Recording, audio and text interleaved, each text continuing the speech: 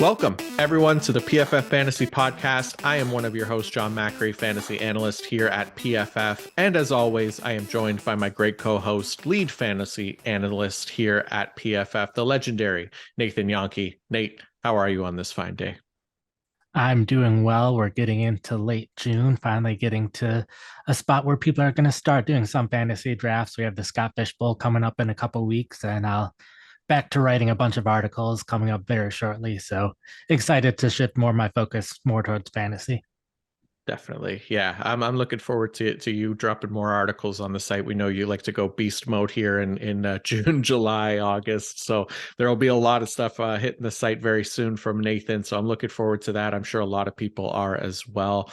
And then, yeah, like you said, we're getting to the end of June here. So, still kind of prognostication season as we look forward to the 2023 season and still this kind of quiet area of the off season. But that's why today we're going to look at some of the offensive scheme changes and their potential fantasy impact for the 2023 season. So I really love this kind of stuff. I mean, we can get, kind of really nerdy with it too. Like if people thought we were nerdy last episode talking strongest superheroes, this is probably only going to add to that here as we get into kind of like offensive scheme changes and the differences in philosophies for these new offensive play callers as we look at how our beloved fantasy assets could potentially be affected by some of those changes. So this should be a lot of fun and hopefully allows people to view some of their fantasy assets from a different lens as we prepare for the 2023 season. But before we get into all that, I do want to mention that this episode is brought to you by our presenting sponsor, Fabric by Gerber Life. As a parent, your top priority is always your children's well-being. You want to give them everything they need to grow and thrive both now and in the future. With term life insurance from Fabric by Gerber Life, help protect your family so their future is secure no matter what happens. Fabric was designed by parents for parents to help you get a surprisingly affordable term life insurance policy quickly, often in less than 10 minutes. Life insurance can have a bad rap for being complicated, but Fabric makes it easy to apply with its seamless digital experience.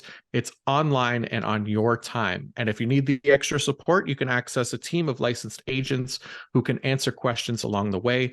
Take steps to help protect your family today with Fabric by Gerber Life. Take the 60-second quiz to find out if term life insurance is right for you and apply today in just 10 minutes at meetfabric.com/PFF.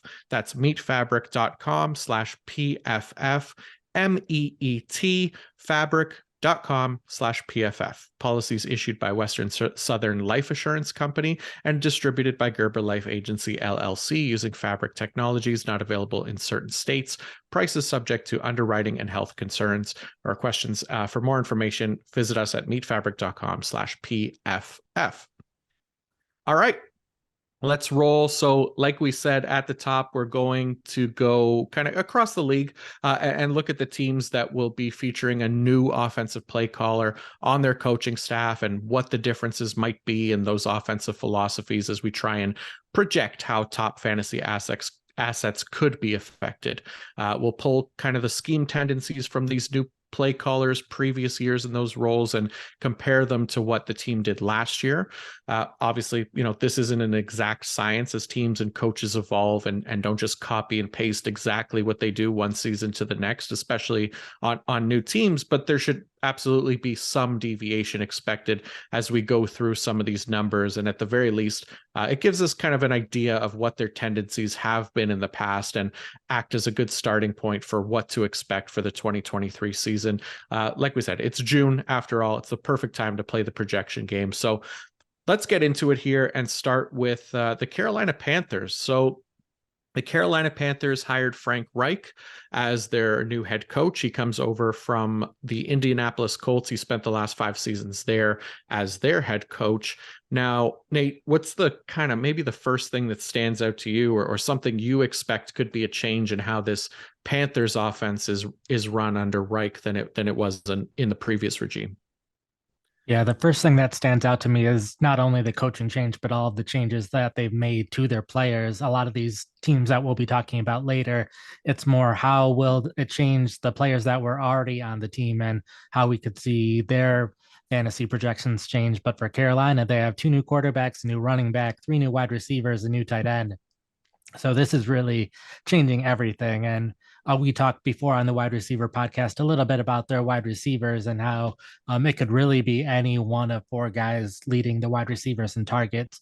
For me, the really interesting thing is at running back with Miles Sanders. You noted in your article that in the past, he's had a really high running back one weekly carry rate, over 75%. A lot of that recently was Jonathan Taylor. And if you go further back in his history, he's really had a variety of ways that he's utilized running backs in the past. With Philadelphia, they had a bunch of guys: Ryan Matthews, Darren Sproles, Jay Ajayi, LeGarrette Blunt, all of them seeing some playing time over those 2 years. And then even going back to the Chargers, there was a season where Danny Woodhead, as one of the most effective receiving running backs in the league, ended up as RB3 in PPR leagues. So we've seen anywhere from a clear RB1 that's capable of top three fantasy production to a committee that's been pretty ugly. But I think with the contract that they gave Miles Sanders, he's really standing out to me as someone who could be the clear guy on this team and capable of seeing the amount of carries and targets, which is something he wasn't seeing in Philadelphia, to be one of the top guys. So just yesterday, I was working on updating my rankings, and Sanders is someone that I ended up moving up a little bit, moving him more towards, I think, running back 17 is where I ended up putting him, just because I think he's going to see the volume, and he's a decently enough talented running back that um, when you compare him to some of the other guys in the 20s, I just think the volume's going to be there for him. Mm-hmm. Yeah, it's a good call. That definitely stood out to me as well with Sanders, and yeah, and maybe some of Reich's tendencies are having like a Jonathan Taylor compared to a Chuba Hubbard or a Deontay Foreman, but I think it's still a positive for Miles Sanders. I guess the only negative for him, just kind of looking at the tendency numbers, was the goal line run rate under Frank Reich versus what Carolina did last year. It was much more even split between pass and run at the goal line, closer to 50%, which was almost 10% less than what Carolina did last year with their running backs at the goal line. So maybe a little less opportunity to punch in kind of those easy touchdowns for Sanders as somebody who's maybe not necessarily one of the bigger running backs in the NFL. Maybe there's less opportunity there, but I'm with you. I think the opportunity overall is pretty nice for Sanders, and he should absolutely be considered a very good RB2 option for this season. The only thing I guess that also kind of stood out to me, just looking at Reich's tendencies over the last couple seasons, was maybe a greater focus on like the quicker passes in the short and intermediate areas of the field, which I think could be a positive for like a Bryce Young, for example, who's coming into this as a rookie. Maybe could focus more on some of those high percentage passes where he's one of the more accurate quarterbacks in the league, and can really use that accuracy, or one of the more accurate rookie quarterbacks, I should say. So could use that accuracy to his advantage. He was much better on those low to intermediate throws, obviously, in college as well. And could be an area where maybe somebody, if we're looking for a potential wide receiver to kind of emerge there, maybe somebody like a Terrace Marshall emerges as maybe a favorite target for him, a guy who, his best college season arguably was when his average depth of target was below that kind of 10-yard range. So something that could be interesting there. But that was the main things I think that stood out from the differences between Reich's offense and what Carolina was doing last year. Yeah, and I think Carolina will be interesting in general, just since this is so much of a rebuilding year. It seems like with all of the new players, and I could very well see it being one where at running back and wide receiver and tight end, all these guys they added, they'll stick with the guys that worked out well in year one and move on from the guys who don't. So it's really a place where if you're trying to gamble late in the draft, it's definitely worth taking a chance on some of these players, since there's a chance this offense could click right away and become very good immediately because they have decent enough players at each position. It could also be it could be a growing pain for the offense, getting everyone in a new offense with players that you haven't played with before, and it could take a while. So outside of Miles Sanders, that's a lot of guys that you're just sort of throwing a dart with and hoping that they end up panning out. Definitely. Yeah, good call. So yeah, we just covered Frank Reich. So let's go to his former team, the Indianapolis Colts, who now have Shane Steichen as their as their head coach. So he spent the last 2 seasons as the offensive coordinator in Philadelphia. So he'll take over as head coach here in Indianapolis in place of the previously mentioned Frank Reich. The team also is going through a lot of changes on their offense. They just spent the 4th overall pick on Anthony Richardson as well. So I'd imagine we're going to see a very different offense from last year's Colts. What are your thoughts here, Nate, on this new look kind of Colts offense for 2023? Yeah, you noted in your article there's a couple of different situations where they end up running the ball a lot more, which is interesting. One of them is at the goal line, which I don't think Jonathan Taylor will benefit too much from. I think a lot of that will be more at quarterback with how much Philadelphia kind of broke things with quarterback sneaks at 1 yard, pushing the quarterback the 1 yard that's needed. And even looking at like the 2021 numbers versus 2022, they were very different in Philadelphia. So that's partially why I think Anthony Richardson, probably the biggest gamble at quarterback this year, of someone who you might even be drafting to be your quarterback one, or if not, drafting him as one of the best backup quarterback options. So I think he will be able to score touchdowns, but you also noted Philadelphia ran the ball a lot on 3rd down. And even if you look at like specific situations of 3rd and 1 and 2, breaking it down to 3rd and 3 and to 3 to 6, or even 3rd and long, and like times in the game, since obviously Philadelphia was up a lot late, so they might be running more late on 3rd downs just because they're winning and will end up punting anyway, and it doesn't matter too much. But even if you look at 1st down and breaking it down by distance, Philadelphia was still running more than most teams in those kind of situations. So could very well see Taylor benefiting a little bit there of being able to run even with the running quarterback. So I still have Taylor as a 1st round option at running back. So I think the offense definitely will help him. And probably the most interesting guys here are Taylor and Anthony Richardson. Mm-hmm. Yeah, definitely. Those are the ones that stood out to me as well. And the only other thing I thought that was kind of interesting, looking at the play action rate from Steichen compared to what the Colts were last year. So Steichen and the Eagles were among the top 10 in the league in that category last season, while the Colts kind of ranked in the bottom 5. So the reason that this is important, and this is kind of where we get maybe even nerdier with it, is that play action has developed into one of the offensive cheat codes, right, in recent years. And even if you look at just last season, plays with play action generated a significantly higher positive EPA per play rate of 8.2% versus pass plays without play action, which was negative 3.8%. So a very big difference, obviously, in offensive success. So I think creating a better offensive environment altogether in Indianapolis figures to potentially raise all ships, including making things easier on a rookie quarterback who is still very much a projection or a project at the position. And this is my kind of fun fact for the episode. I tweeted this out a couple weeks ago, but since 2021, Anthony Richardson's PFF passing grade with play action was an elite 91.3. So on 175 dropbacks, that was a top 10 mark in the country.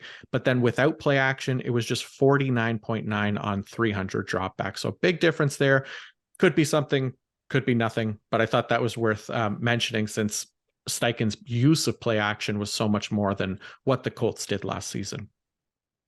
Yeah, and the last thing that you noted in the article was the deep throw rate was much higher, so that could also be increasing. And this is something where we're looking at tendencies, and it's interesting trying to distill it down to how much of this is a coach adapting to the players that they have around him and making the best of the offense based on the players, versus what are the trends that this is really what the coach would do and the coach would probably do regardless of who they have. And like you just mentioned, the play action rate, I'm guessing that'll be something that increases in Indianapolis this year, just because I expect a coach who knows to use play action rate well will try to do it in whatever offense they're running, where I wouldn't be surprised if the deep throw rate had a little bit to do with the quarterbacks that they've had in Indianapolis recently.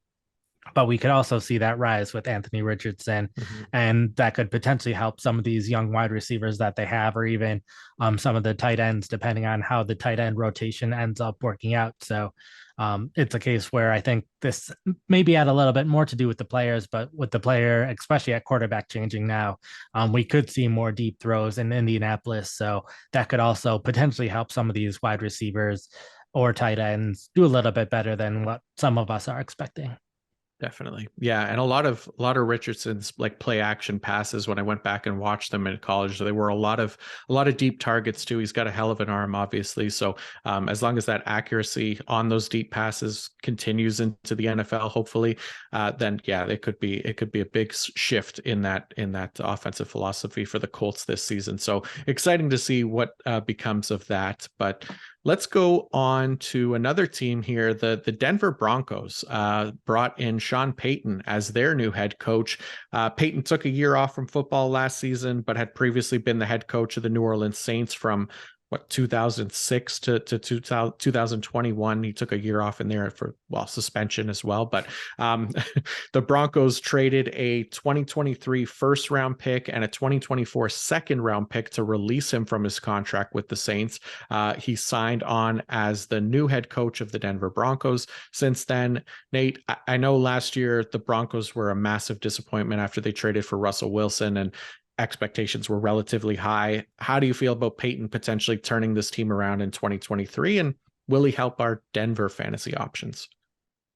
Yeah, I think the fantasy question's the interesting one, since with Mhm. Peyton, it's nice since we have such a large sample size of different offenses that he's had with the Saints. Yeah, a lot of it had Drew Brees, but plenty of different running backs and wide receivers and tight ends over the years.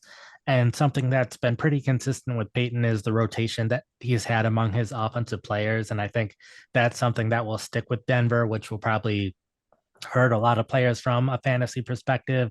I'm looking at his last 5 years with the Saints. Didn't have a player with over 1,000 snaps at running back, wide receiver, or tight end in each of those 5 years. Michael Thomas was the only one to reach over 900. Marquez Callaway, the only other one with over 700, and he did that in 2021. Also interesting in that Callaway and Adam Troutman were the two that led the team in snaps among the running backs, wide receivers, and tight ends in Peyton's last year. Both of them are in Denver now, and not that anyone's expecting them to do much from a fantasy perspective, but we could see both players seeing a decent amount of playing time, and that means less of all the wide receivers that were hyped up about getting some of that playing time. So while I expect the offense to change a bit, I think having this rotation is probably going to hurt some players. And when you talk about Denver's wide receivers, there's 4 or 5 guys that you're mentioning getting rotated in and out. So we're definitely not going to see all of them perform as well as you'd like. Jerry Judy, obviously, the one that people are most excited for. And there's a chance that they view him the same way that they were viewing Michael Thomas in the last few years with the Saints. But there's a chance that they don't view him the same way, and he's getting rotated in and out and not seeing quite as much playing time as last year, which the offense could be playing a lot better, which could help counteract that, but it would definitely hurt a ceiling. So when I think of Sean Payton now with the Broncos, I'm really interested to see how these players end up rotating. And like when you get to week 1 and I'm looking at all the snap counts for all the players, that's probably the situation that I'll be most interested about. Mhm. Yeah, and to your point too, like just as far as passing tendencies and things like that go with Sean Payton and how much Jerry Judy or somebody like that kind of factors in. I was looking at kind of their deep pass attempts. So the Broncos last year under Nathaniel Hackett actually led the NFL in deep pass attempts with 91, which was almost as many deep pass attempts as Sean Payton's Saints drummed up over his last 2 seasons combined with the team. They had 98 or something like that. So I think, again, maybe that's more will change a little bit under Russell Wilson. It gives him potentially some more high percentage passing attempts and stuff like that, but a focus maybe more on the short and intermediate areas of the field, which is kind of where Cortland Sutton actually became the primary focus in the offense last season. He led the team in target rate, 32.9% on throws between 1 and 19 yards downfield, which also led to the best receiving grade on the team, and total receiving yards on those types of throws. Whereas Jerry Jeudy was the guy who led the team in targets on throws of 20 or more air yards. So those deep target rate, which was like 42.6%. So now maybe he could potentially end up with the smaller role in the offense, along with the rotation, like you mentioned, which could also explain maybe some of the trade rumors this offseason if he isn't a great fit in the offense. And after they drafted another excellent big play threat in Marvin Mims this offseason. And we definitely talked about this in our wide receiver tiers episode as well, kind of touching on why I might have been a bit too high on Jerry Jeudy than was deserved. And after talking with you and then diving into these tendencies a little bit more, I'm definitely starting to move him a bit further down my rankings as well. There. And it is worth noting with the deep throw rate that this was Drew Brees at the very end of his career, partially too. So he was throwing a little bit deep earlier, but we're also seeing Russell Wilson at a point where he's later in his career. And I think moving on a little bit, it's also worth touching the running back situation there. You noted in the article the running back one weekly carry rate was very high under Sean Payton, particularly in 2021, which I think definitely some of that they had Alvin Kamara and not much else at running back, but it'll be very interesting to see how Denver ends up using their running backs this year, seeing how healthy Williams is. They added Samaje Perine, who every time I update my rankings, I end up moving him just a little bit higher and a little bit higher, since we could very well see him in a very large role. Even if Williams is healthy enough to play, he might not be seeing the amount of playing times that we would like to see, since Williams, it was all last year. We're like, why isn't he seeing more snaps? Why isn't he seeing more snaps? They finally get to a game where he plays nearly every snap in the first half, and then he gets injured. So we almost saw the Williams that we were hoping to see, and now we might not see that again for a while. So I know there's plenty of free agent running backs, and Denver is often linked to them because of their running back situation, but they very well could be happy with who they have as well. So that's also a situation to watch out for in Denver. Yeah. I think it's so dependent on Javonte Williams' health, right? Like he may very well be ready to start the season, but is he going to be healthy enough to carry a workload like that? And maybe potentially have to share a little bit with the Samaje Perine. I mean, I'm definitely hopeful for a healthy Javonte. I'm a big fan of his game. If he can get up over that 200 carry mark, maybe closer to that 250 range, a la like the Saints, Mark Ingram, and 2021 Kamara. Obviously, he could end up being, a massive value as a player going in the 8th or 9th round at the moment. So the big thing, obviously, he just needs to be healthy. He has to look healthy, which might be a big ask, and also the reason for his current ADP as well, right? So I think it makes sense to kind of hedge there and move Samaje Perine up the ranks as well, just based on the tendencies and what we could see from Javonte Williams if he's starting the year, maybe not at 100%. All right, let's go to Nathaniel Hackett. He was the man in charge of those disappointing Broncos last season, but now he is going to be the offensive coordinator for the New York Jets. So it was only, I think, during the first 10 weeks of his time with the Broncos last year that he was apparently in charge of calling the offensive plays. And even after, previously serving as the offensive coordinator for the Packers from 2019 to 2021, he wasn't in charge of the offensive play calling there, I believe. So it's a smaller size to pull from for sure, but there might be maybe a few things that stand out here to help us potentially get a better idea of what to expect with Hackett and now Aaron Rodgers at quarterback. And for me, at least, kind of the first discrepancy that kind of stood out was Hackett and the Broncos' overall use of the tight end in the slot, which led to Greg Dulcich becoming fantasy relevant as he got involved in the passing game as a rookie last season. Hackett's Broncos actually ranked 6th in the league in slot alignment rate for tight ends, while the Jets ranked just 22nd.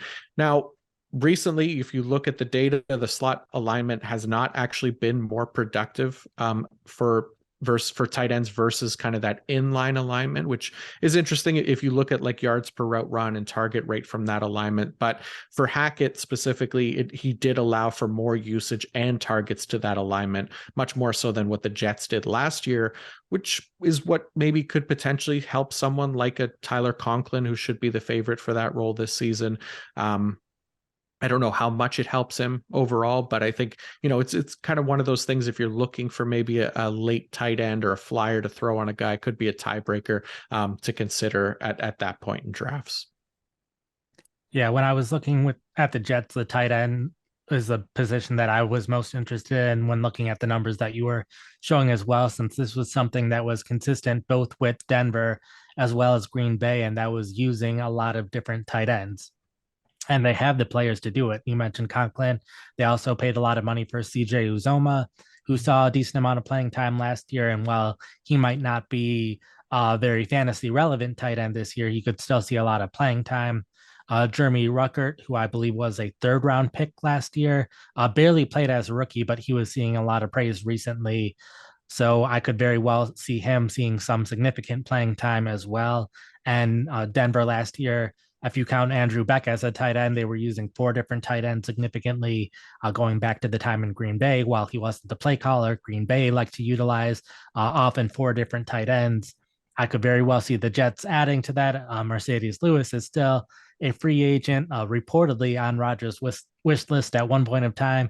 And Lewis, at his age, I wouldn't be surprised if he didn't want to spend too much time at training camp. So I would not rule that out as a 4th tight end for New York. And while, like you said, Conklin probably a decent late round flyer at tight end, a lot of this I think will more so result in maybe a little less optimism for some of these wide receivers because it'll impact their playing time. Garrett Wilson, I'm not really all that concerned about. I think they'll view him similarly to how they viewed Devontae Adams in that kind of offense going back to Green Bay. So not worried about him.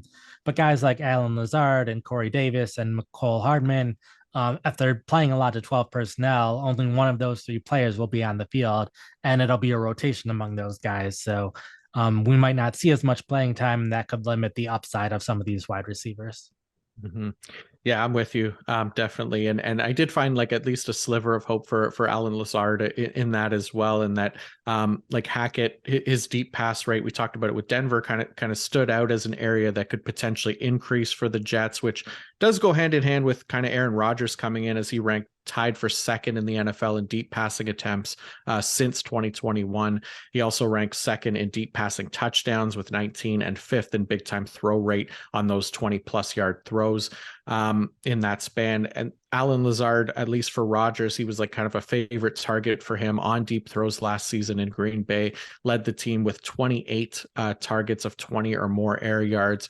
Earned an 86.2 receiving grade in that on those targets as well. But and then Garrett Wilson, I mean, he led the Jets with 20 of those targets, although only 5 of them were deemed catchable, which is pretty crazy. He managed an 83 receiving grade on those 5 throws, which landed as catchable. And both players, I think, available for Aaron Rodgers in New York. I'd expect them to potentially contribute as deep threats down the field as well. Yeah, and then running back with the Jets, we obviously hope Breece Hall is healthy, but I wasn't really viewing anything too much that made me change how I thought about the Jets running backs going from one offensive coaching staff to the other. I think Breece Hall will do great, assuming he's healthy enough to do great, but I don't think the coaching change is going to affect all that much there. Definitely. All right. Before we keep going, we do have another sponsor we'd like to shout out, and that is DraftKings. The player you benched in fantasy football just went off with Best Ball on DraftKings. You get the best of your team all season long. This year, Best Ball on DraftKings is bigger and better than ever with $10 million in guaranteed cash prizes up for grabs. Join DraftKings' biggest best ball contest today and get your first entry back in DraftKings dollars as soon as the draft is finished. Enter DraftKings Best Ball Millionaire Contest and snake draft your team for the season. Each week, you'll automatically rack up points from all your top scorers, no ads, drops, or trades. Teams with the most points by the end of the season will have a shot to take home the $1 million top prize. Head to the DraftKings app and sign up with code PFF. Join the DraftKings $10 million best ball tournament and get your first entry back in DraftKings dollars. That's code PFF only on DraftKings. Gambling problem? Call 1-800-GAMBLER. One per customer. Opt-in required with $10 entry fee. Bonus issued as 10 DraftKings dollars. Age and eligibility restrictions apply.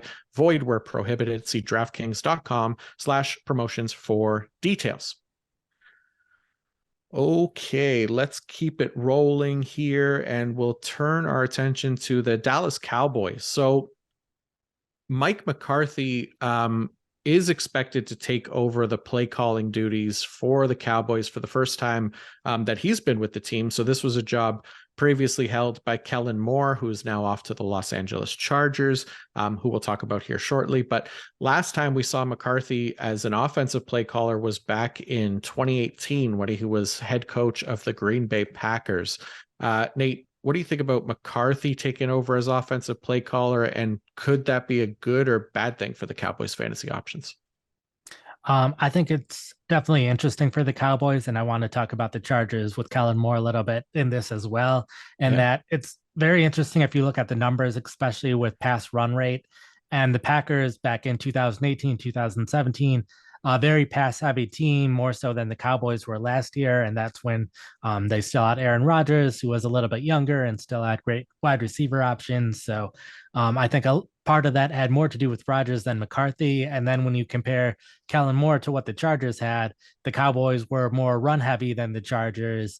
So that makes it look like they might run more. But Mike McCarthy has been quoted saying that he wants to run the ball more, help their defense, where Kellen Moore is known for wanting to pass the ball. So it's interesting in that I think last year the Cowboys was probably a compromise between the two coaches of where they'd like to be. So I could see the Cowboys being even more run heavy this year, even though the Packers were more run heavy the last time McCarthy was a play caller.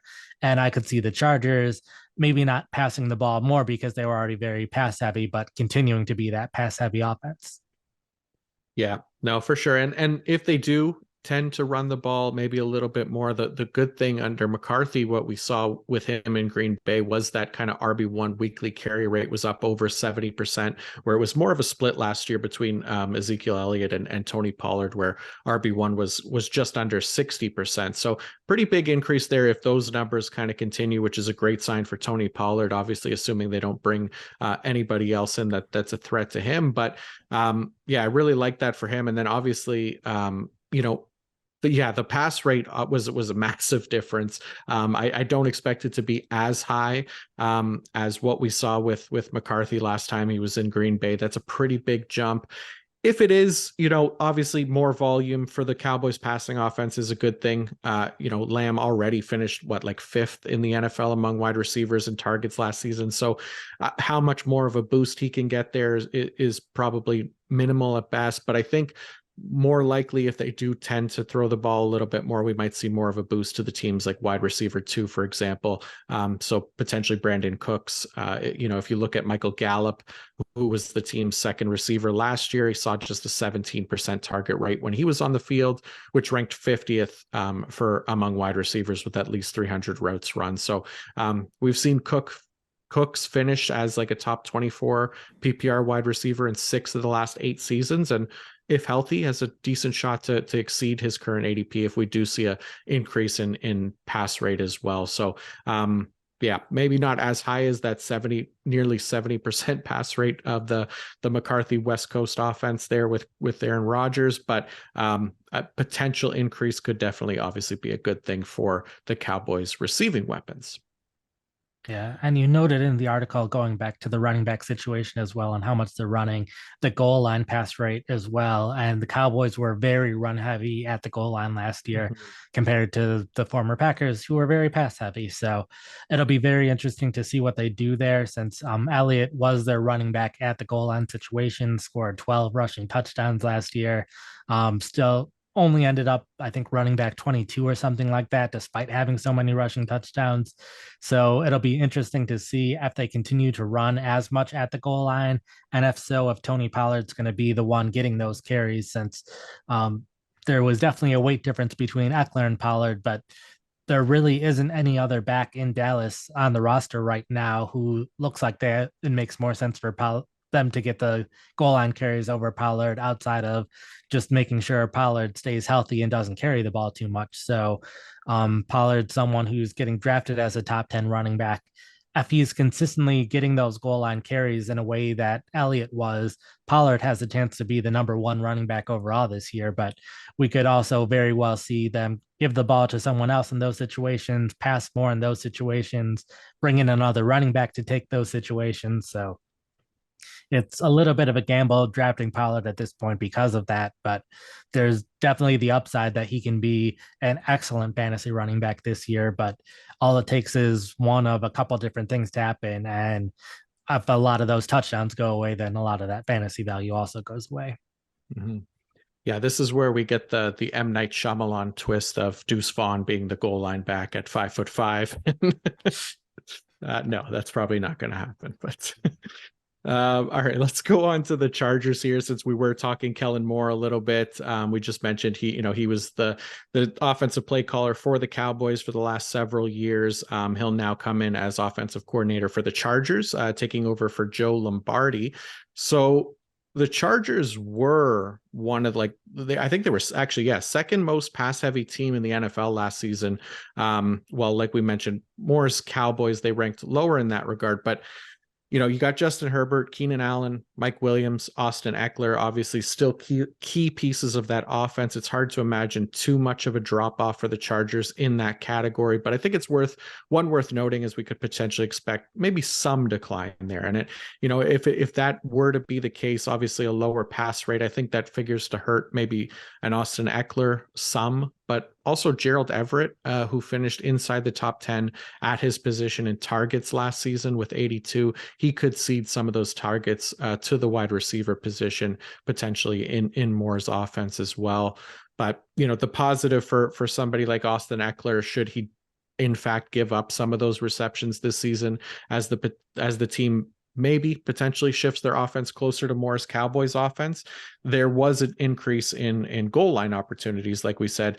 So that could potentially increase from last season when we, mentioning where the goal to go situations, a 54.6% goal line run rate for Kellen Moore and the Cowboys, with Ezekiel Elliott versus a 40.4% goal line run rate for the Chargers. So much lower there. So could stand to improve for Eckler as well. Yeah, and as I mentioned before, like with Kellen Moore and the Cowboys offense, for me, the big question is how much of this was really Moore's offense versus him having to compromise and do what Mike McCarthy wanted, do what Jerry Jones wanted, since we know he loved Ezekiel Elliott. So that probably also played into things at least a little bit. So how much does Moore really want to pass compared to what we saw in Dallas? And for me, the big question is when they do pass, how those passes will get distributed.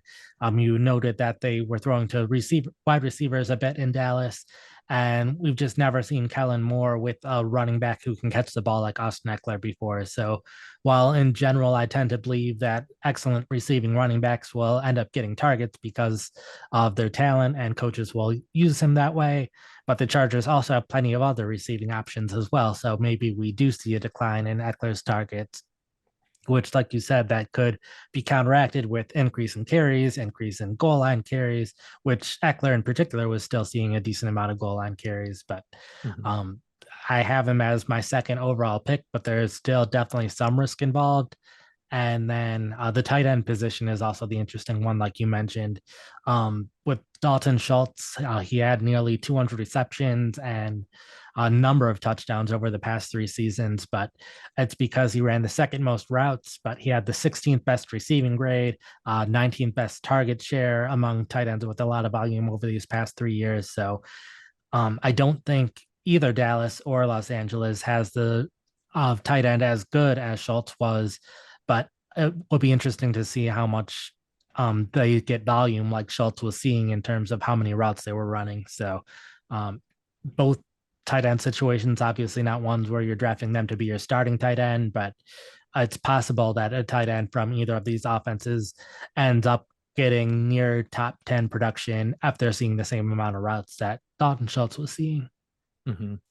Yeah, for sure. That's a good call. And then The other thing that I have seen a lot of people bring up is the deep passing rate for Kellen Moore and his offense, and it could be another area that could potentially grow for the Chargers. But the Chargers weren't exactly like on the low end of that last season. Dallas definitely utilized it more with Morris Cowboys. They ranked inside the top 5 in the league in those intermediate and deep attempts since 2021, so 10 or more yards or so. But yeah, I think it makes sense, utilizing Herbert's arm strength and accuracy to pick up even slightly more chunk plays after he's already averaging like 4,700 passing yards per season should help kind of make up for any potential decrease if there is an overall a decrease in overall passing rate if they do tend to run the ball a little bit more, which we'll see if that happens or not. But I just don't know if that it'll be a massive shift, I guess, is what I'm trying to say, right? Because they were already pretty high in the league last year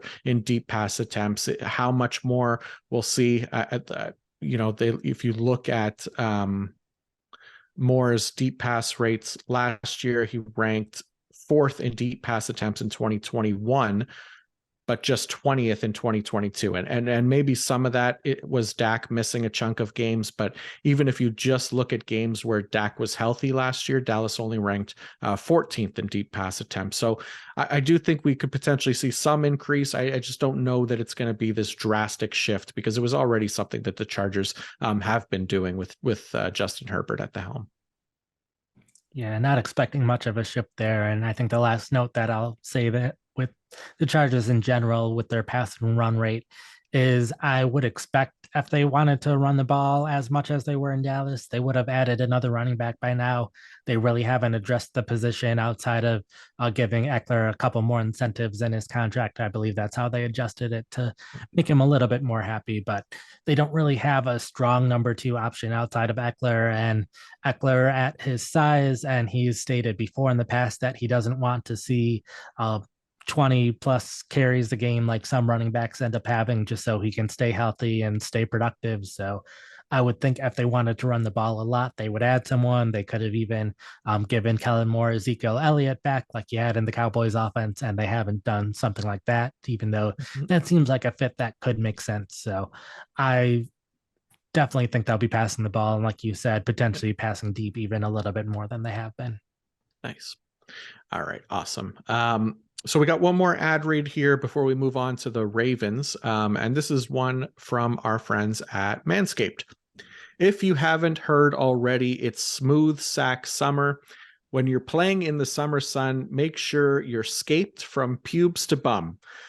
That's right. This is the summer to keep your balls cool while still looking hot with Manscaped. The leaders in below the waist grooming are making sure we all have a ball this summer by giving our pant partners everything they need to stay fresh. Dive headfirst into smooth sack summer by going to manscaped.com for 20% off plus free shipping with our code PFF. The Manscaped Performance Package 4.0 has everything you need to prepare that summer bod. They have built the ultimate grooming bundle for your summer grooming.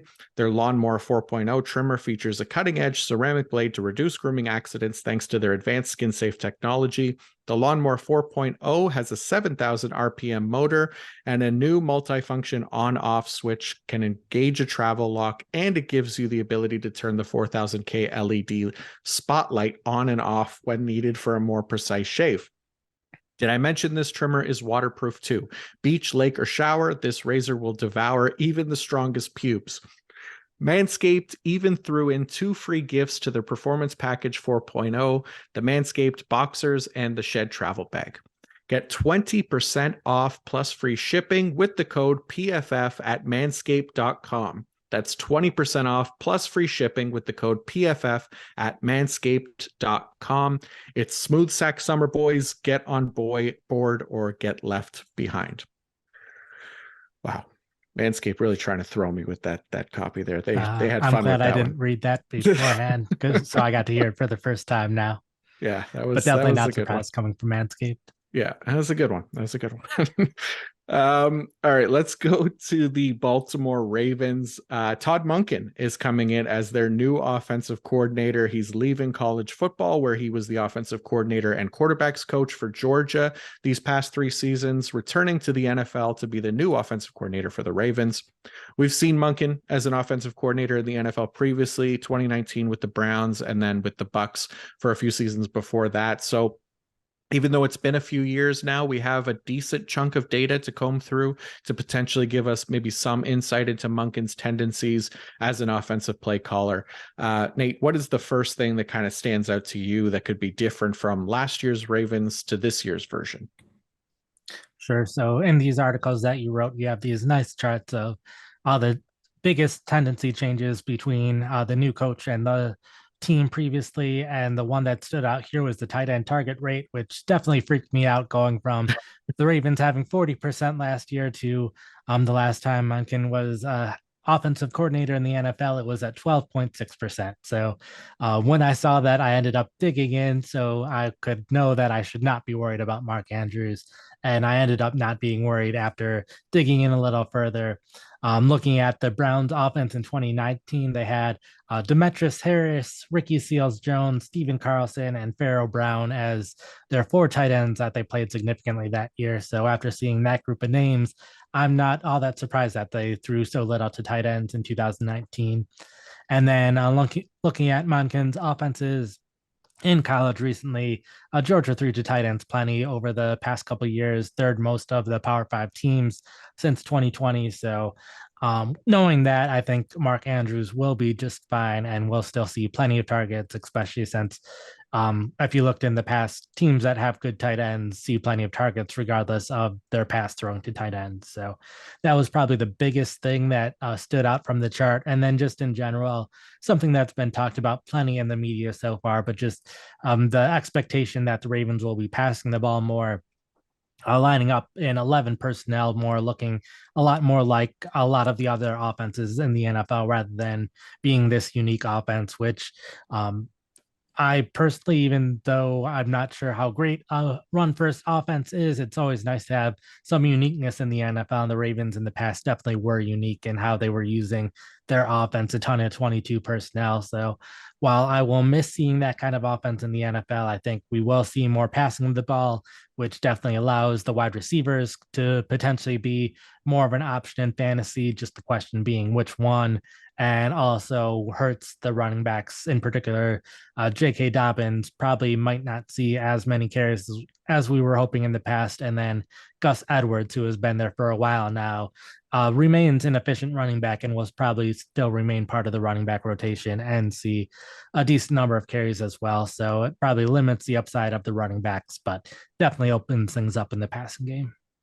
Yeah, definitely. And that, yeah, that tight end target tendency rate is definitely misleading, right? Because like you said, the options are a pretty big difference between what the Browns had and what Mark Andrews is. And obviously, looking at Georgia's probably the better comparison with Brock Bowers over there being their primary tight end. And yeah, like you said, that 11 personnel rate for the Ravens, it was like far and away the lowest in the league last season, but that was mostly because the team treated Mark Andrews as their primary slot receiver, right? So it's still counted as like a 12 personnel or 22, depending on what the rest of their formation looks like. But I do think Mark Andrews should continue in that role. I'm not overly concerned about him for this season.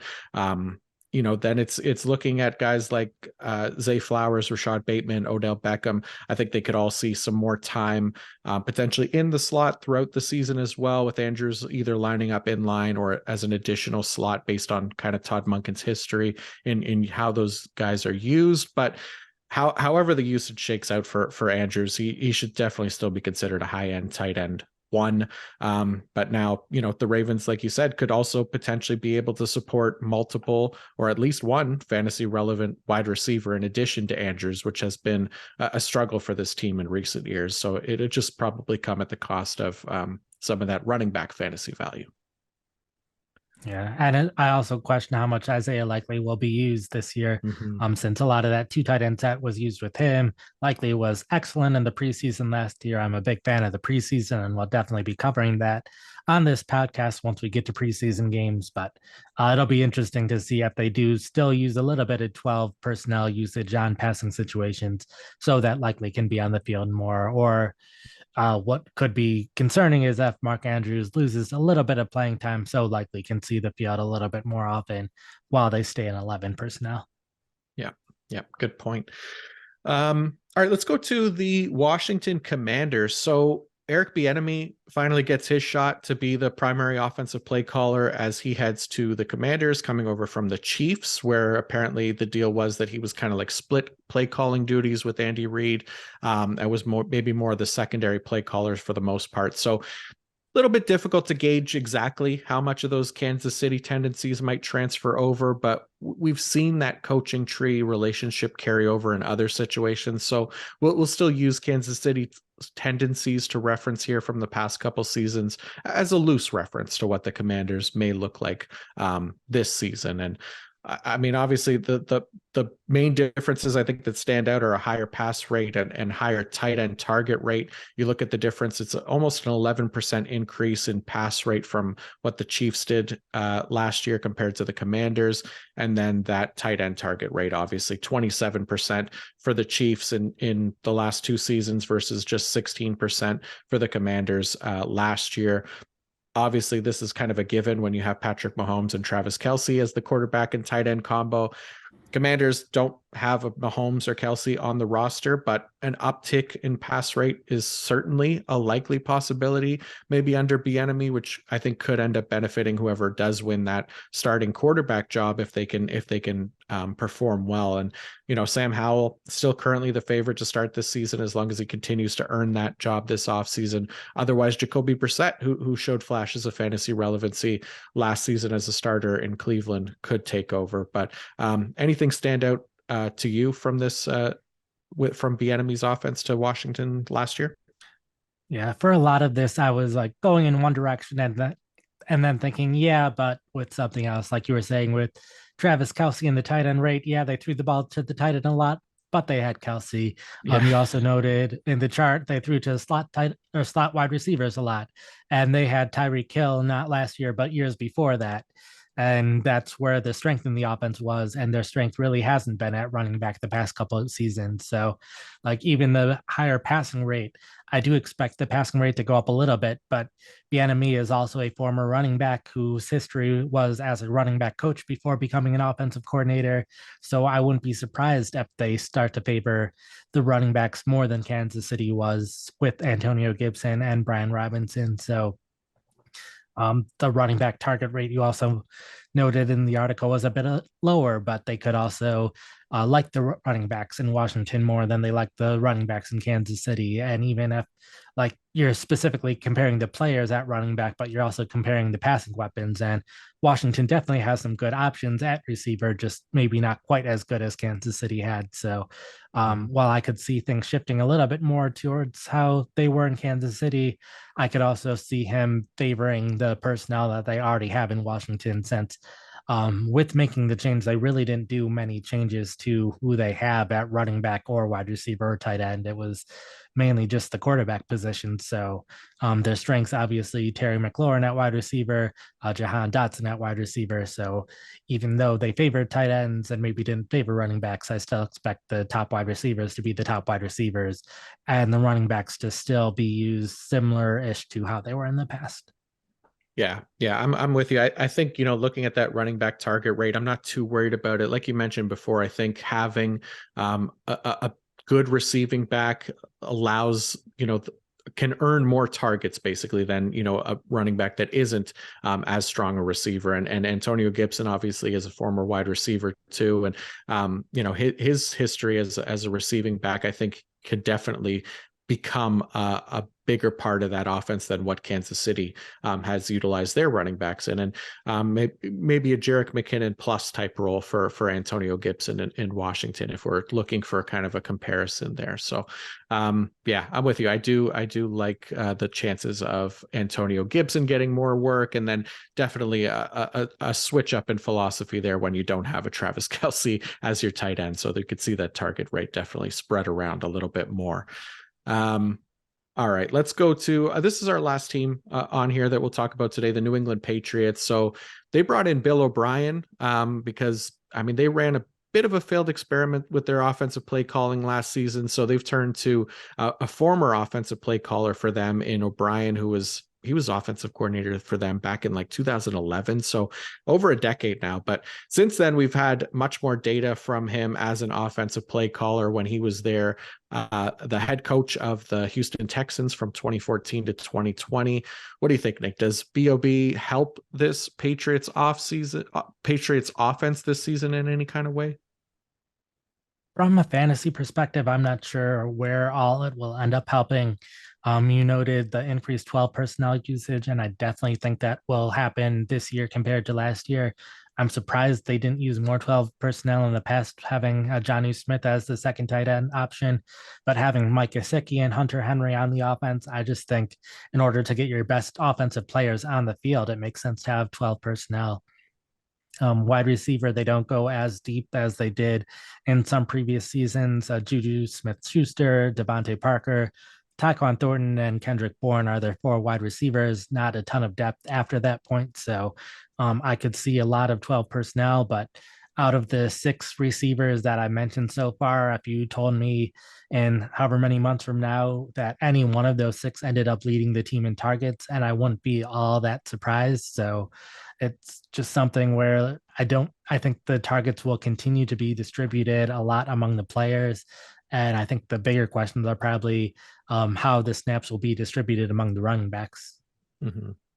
Yeah, true. And then, like you mentioned, I mean, the Patriots, they were kind of odd last year, right? In that they didn't run more 12 personnel, but they ran a lot of 11 personnel, a pretty high rate of it, but they didn't necessarily target the slot receiver a ton, which, could be something that does change under Bill O'Brien, even though that 11 personnel rate is going to be potentially lower under him, closer to maybe like a league average at least. His tendency, at least, to utilize the team's slot receiver was much greater than what New England did last season, which likely a positive sign for like a Juju Smith-Schuster, I think, who figures to play the majority of the snaps in that role. But yeah, I think for me, the thing that stands out is the tight ends.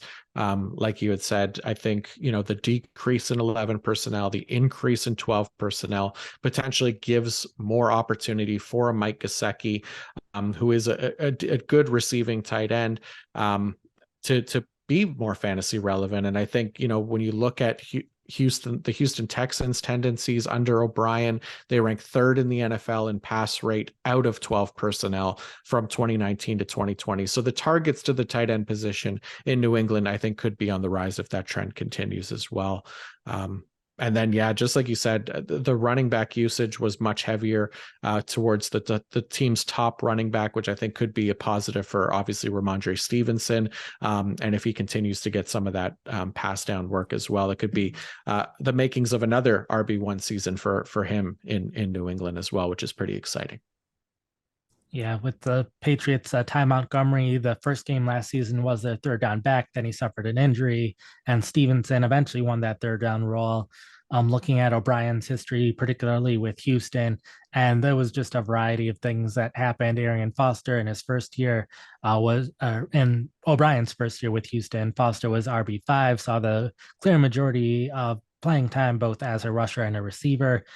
We saw Lamar Miller at one point also be RB16, not from all that great efficiency, but a lot of volume with Houston's offense. But then you also saw a decent rotation other years in Houston. So they've talked up Ty Montgomery some this offseason, but Stevenson also has been talked up in general. So it'll be very interesting to see if they have a consistent third down player, if it's kind of a rotation between the two. But Stevenson's been drafted kind of just outside the top 10.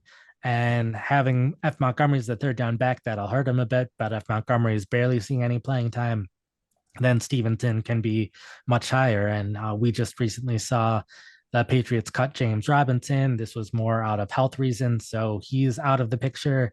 So far, they haven't added anyone else, but there's at least a chance that they could to replace what they were hoping to get out of Robinson. And there's plenty of options available at running back. So it'll be interesting to see if they do anything right now. I would agree that Stevenson probably right outside the top 10 running backs, but there's definitely changes that could happen in that offense.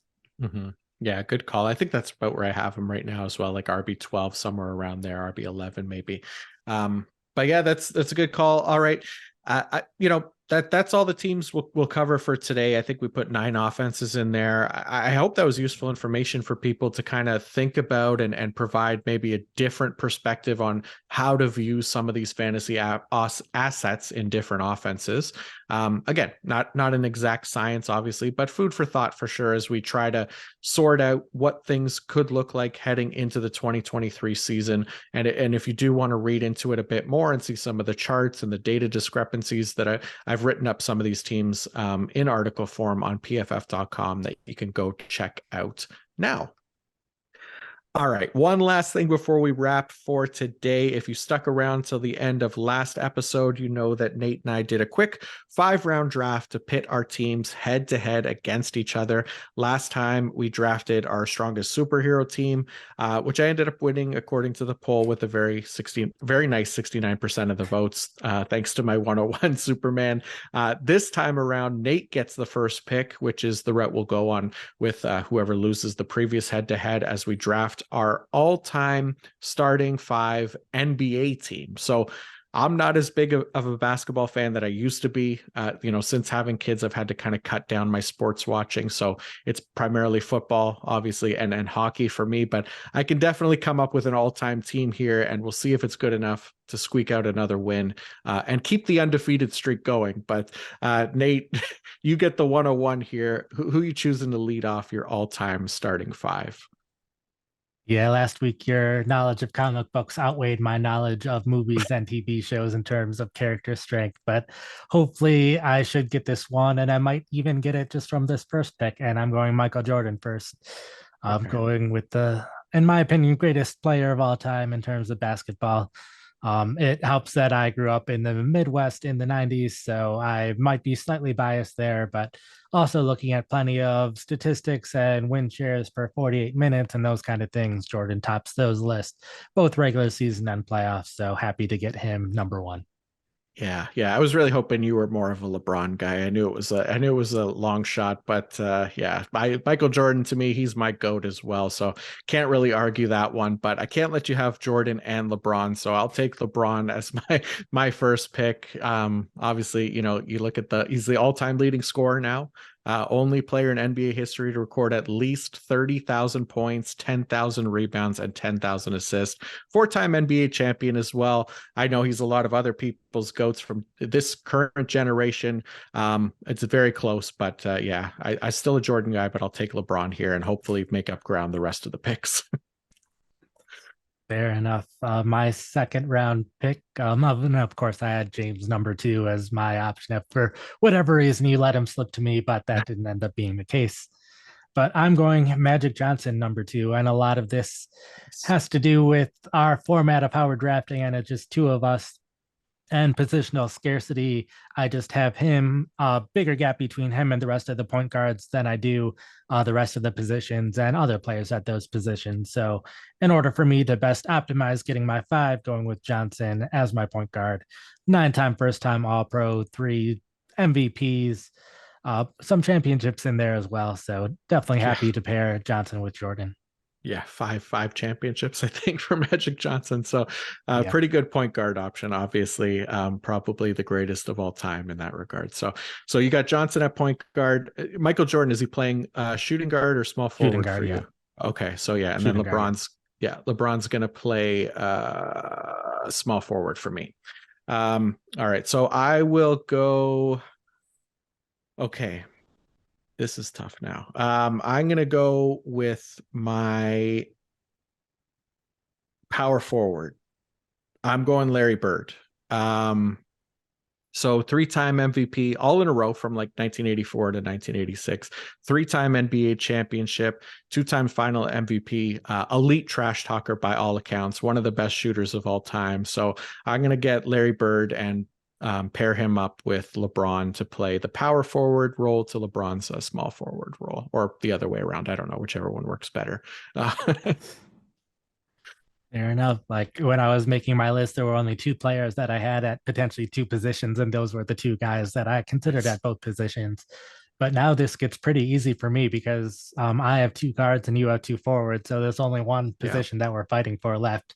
So I will get Kareem Abdul-Jabbar to play center and just get Abdul-Jabbar back with Magic Johnson and have them paired up again. So that definitely helps my offense and defense having those two together, or now three together.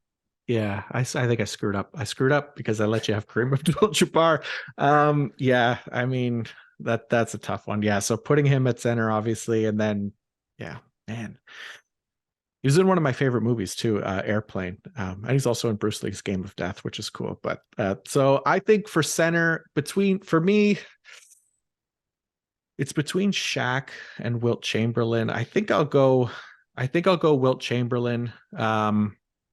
You know, it, I don't know. I don't even know if this is still accurate, but apparently he holds 72 NBA records. I know he's the only player to score 100 points in a game. He had like a 55 rebound game at one point as well, which I don't even know how you do either of those things. Yeah, so those records, his 100-point game, 55 rebound games, they'll probably never be broken. I'll have to settle for Wilt Chamberlain as my starting center here. Fair. And I have considered putting a center at power forward just because there's so much strength in the history of the centers of the league. And I'll somewhat do that. I will go with Tim Duncan as my power forward. Just looking at the numbers, I feel like he's been underrated. And it also helps that I grew up and probably the peak me watching basketball was around the time that Duncan was at his best. So Mm-hmm. maybe a little biased there, but I think Tim Duncan will add a lot to my team and help balance the team out with the strengths of all the players. Yeah, yeah, those 2000 Spurs teams were unreal, and yeah, Duncan just so consistent. He's on my list as well. So I just need a shooting guard and a point guard. I am gonna go with Kobe Bryant as my shooting guard. I love Kobe. Just a one-time MVP, surprisingly, but five-time NBA champion, two-time Finals MVP. Played all 20 seasons with the Lakers, which is the most for one player on one team ever, which is probably not something that will happen again, judging by today's NBA. But I love Kobe, so I'll put him as my starting shooting guard. There. And with my last pick of this, I'm going a lot by the numbers and just going with Elgin Baylor as my small forward.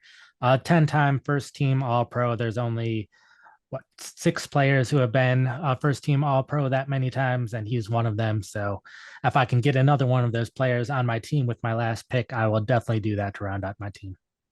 Fair, fair. And yeah, I'll finish it off with point guard. I went with Steph Curry. So that was the only other choice for me after Magic Johnson. Magic Johnson was the clear one. But again, another guy, four-time NBA champion, one Finals MVP just in 2022, two-time NBA MVP, and maybe the greatest three-point shooter of all time. So we got some pretty good shooting weapons with Steph Curry and Larry Bird on the team here. But that will round out my team. So that was fun. I think, let's do a quick recap of the team because I forgot to do that last time. So for you, point guard was Magic Johnson. Yeah.